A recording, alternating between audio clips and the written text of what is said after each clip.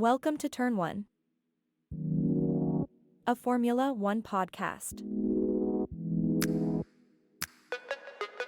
So I had this idea for quizzing you a little bit on your F1 historical constructors knowledge. Okay. A very specific topic to this sport that we know not a lot about yet, in terms of historical value at least. So there have been 171 total constructors in F1. That is according to Wikipedia, therefore it's accurate. I'm only going to count 143 of those because I'm taking out the ones that only competed in the Indianapolis 500 when it was part of the World Drivers' Championship. You think that's fair? I think that's fair. The Indianapolis 500 really kind of seemed like a misfit. I understand why it was on the calendar because it's one of the biggest races in the world. Yep. So I understand the severity of having something like that till you can bring the money, the eyes, the crowd, whatever. But when you're looking at the fact that, add in the Indy 500 and you've got all of these American drivers that never would have been Formula One drivers. So yeah, I would just exclude it. Yeah, I agree. And so we're going to narrow it down to 143. And I'm going to ask you to give me the top 10. I'm going to help you out a little bit more. Out of the 143, 18 only entered one race, 9 of which only started the race. So we'll lower it down a little bit. And then 51 teams entered 10 races or fewer. So you're now well below the 100 mark for total teams on the board to guess. Constructors, not teams. I can get at least 5. All right, so you give me, just rattle off and try to get them in order if you can. So start with your number 10, start with your number 1 in terms of most races entered and work your way down, and I'll let you know what you get. And if y'all can't tell, I have a sheet of paper in front of me that has the answers. Okay, well, I know for a fact number 1 is Ferrari. Number 1 is Ferrari. The longest lineage of any F1 team. Okay, curveball. How many races did they start? The most historic team in F1 history. Let's go super exact but inaccurate. Let's go 1,037. Wow. 1,052. No way. Okay, for reference, before we did this segment, he asked me, can I have a reference point for how many races a team has done? And I said no, so he didn't even have a marker for that. I'll take that. That's a win in my book. So you're off by like 15 on your first guess. All right. Who's number 2? Number 2. If we're talking lineage, let's go McLaren. McLaren is number 2. How many races? They haven't been in long as Ferrari. Let's go exact but wrong again. Let's go 936. 924. Oh my god. I am moderately impressed with the first 2 taken off the board. It's going to get a lot worse. Okay, number 3. I think you can get this. I think I would get this if I didn't already know.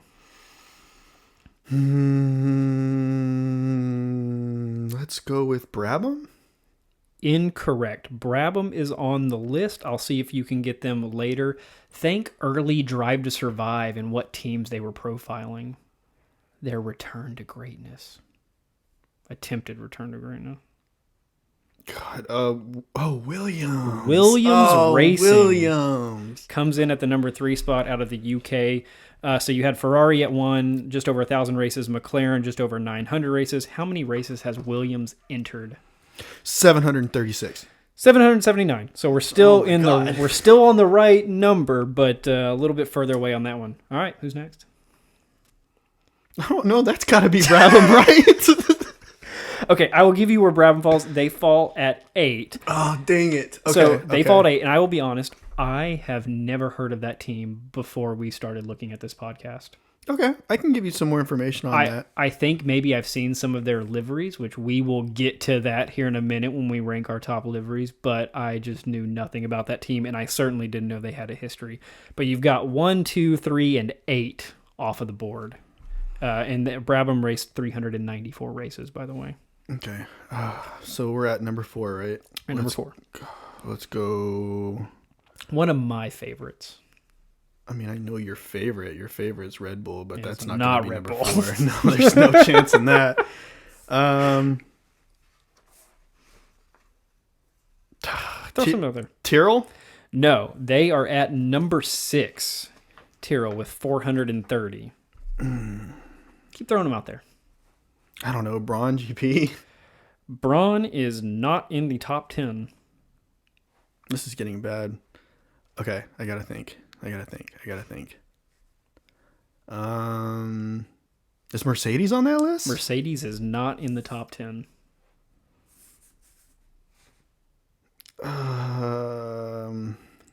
Who's the V4 manufacturing king of the world? Oh, Lotus.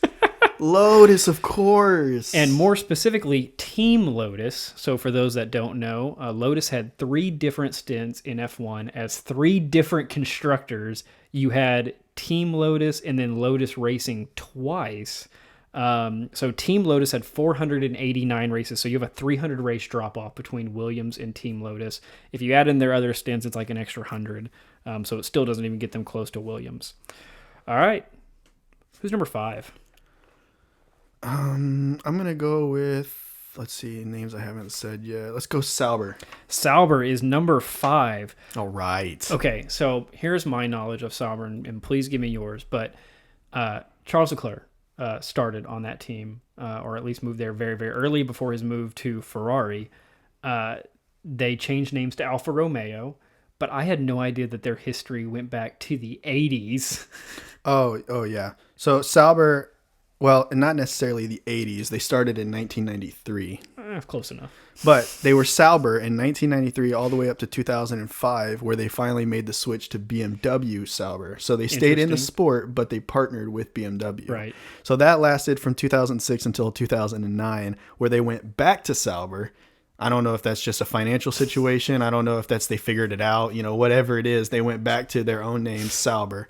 And that lasted from 2010 to 2017, where they finally merged with Alfa Romeo.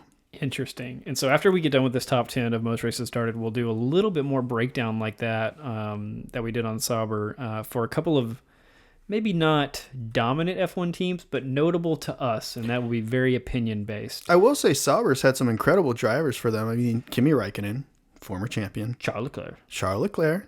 Sergio Perez. I had no idea he worked there. Yeah, Sergio Perez. Robert Kubica. Yeah. Sorry. Sebastian Vettel. Interesting. Sebastian Vettel was on Sauber. Yes, I believe it was only for a temporary, like maybe a race or something like that as a fill-in. I'm not 100% sure on that, but he did race for Sauber. Interesting. All right, you've gotten a number off the board. There are only 3 teams left in the top 10 that you've not gotten. What do you think? If you need a hint, let me know. I've said Red Bull.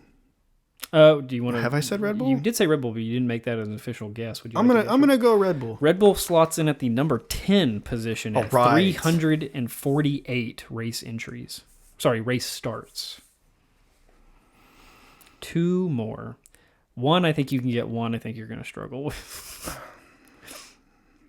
Damn, teams that I haven't named yet. Oh, let's go with Arrows. Arrow, that is the one I did not think you would get. They are 9, 383 race starts. I only knew Arrow from their some of their famous liveries that they had. You've got me on this last one. I have no idea. European car manufacturer. Man, like Renault?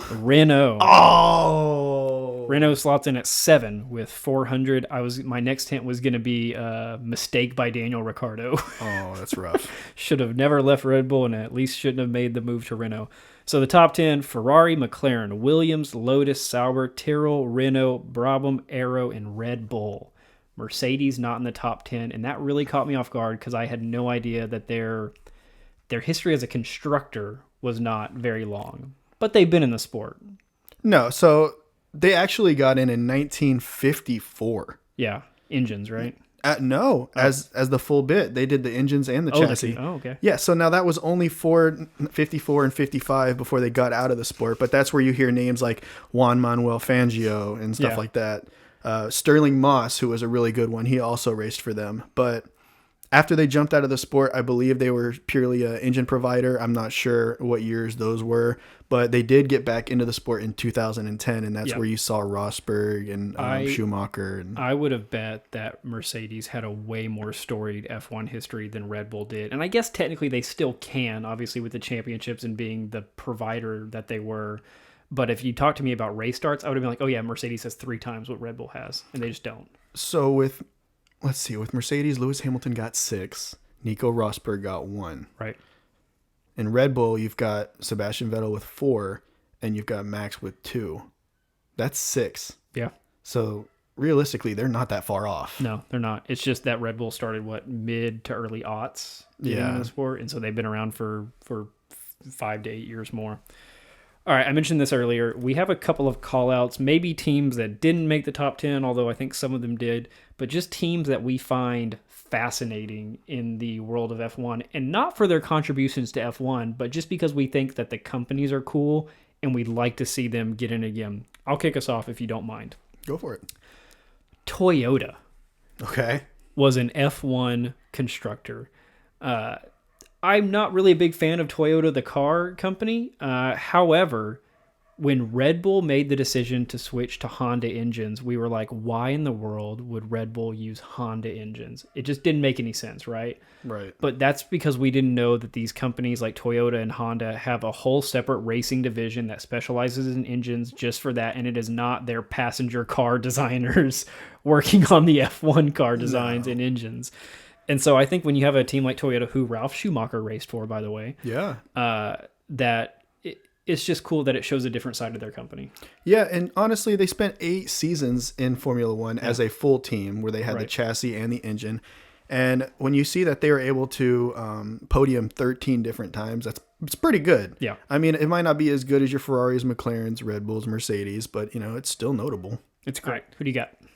So I've got Porsche, and this one really saddens me. I'm going to tell you why. Okay. So they raced for 6 seasons from 1957 to 1962.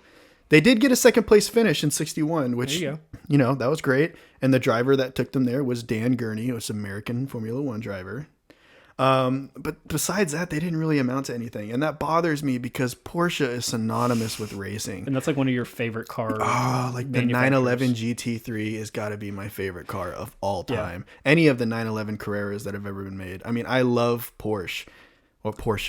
And the fact that they did not have a successful career in the pinnacle of racing in Europe, it saddens me, man. I wanted more from them. I will debate how Porsches look, but there's no getting around that they make really good components, and they are a really good engine maker, but it would be cool to see him in Formula One. And I know there's discussions. There were discussions like with Red Bull, but that fell through, which broke my heart. Because now it's Ford. But hey, Ford has a historic lineage in F1. They really do. All right, I've got another one for you. This was a team out of the top 10, Lotus.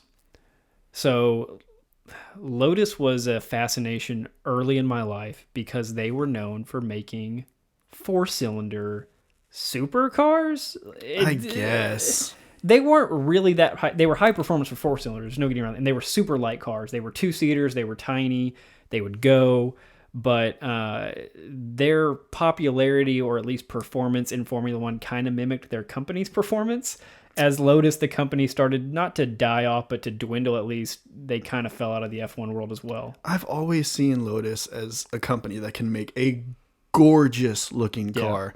But God, it is so bad. They look so quick. And they're so not.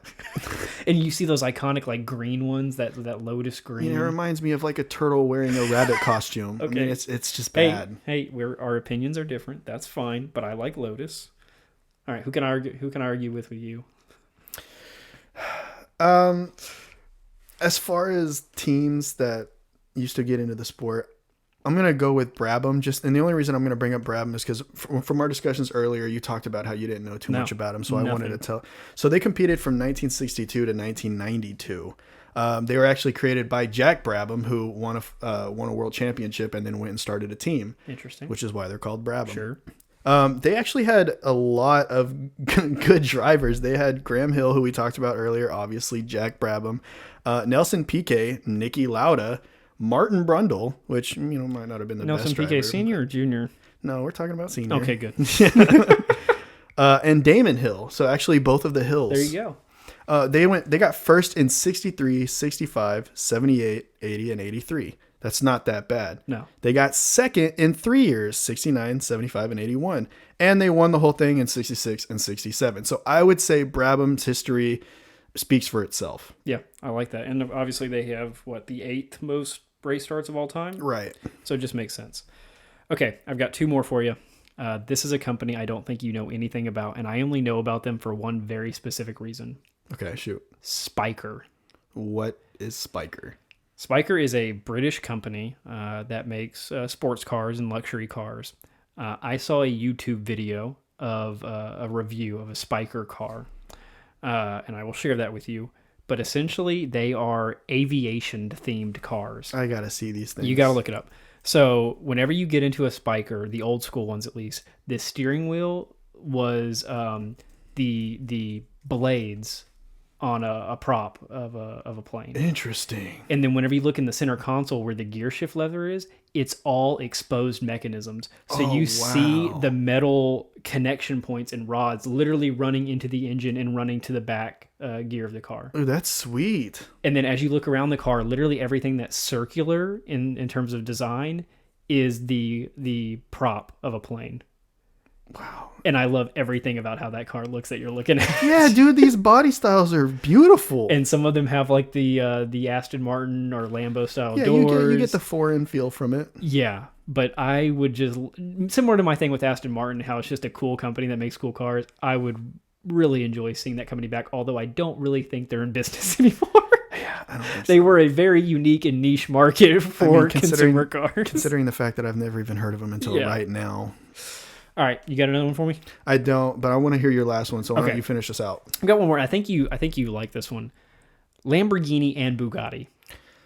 Is this going to upset me? No, not really, because I don't have a lot of information on them other than they both gave Formula One like a shot for 1 year each, and it just wasn't for them. No. So I've never been the biggest Bugatti fan. I know you had a Bugatti phase just because they were fastest road car, fastest production car. At the time, yeah. But I've been a big Lamborghini fan for 2 reasons. One, I like the fact that the guy mainly started the company just because he was having an argument with the Ferrari. Yeah, he said that this isn't good enough. And so he made his own. And I've always liked the design of Lamborghinis more than Ferraris, although I do agree Ferrari's far more iconic and classic. But also, Lamborghini still runs and maintains Lamborghini tractors, and they make farming equipment that is popular all through Europe. Yes. Why did I not know that? So you can get a Lamborghini tractor. Hold on. So you're telling me that one of the biggest Italian companies who makes some of the most luxurious sports cars in the world makes tractors? Because that's what he made before he made sports cars. We're talking John Deere. Yeah, and that's what they made before they made sports cars. They're probably better at tractors than they are at high-performance sports cars.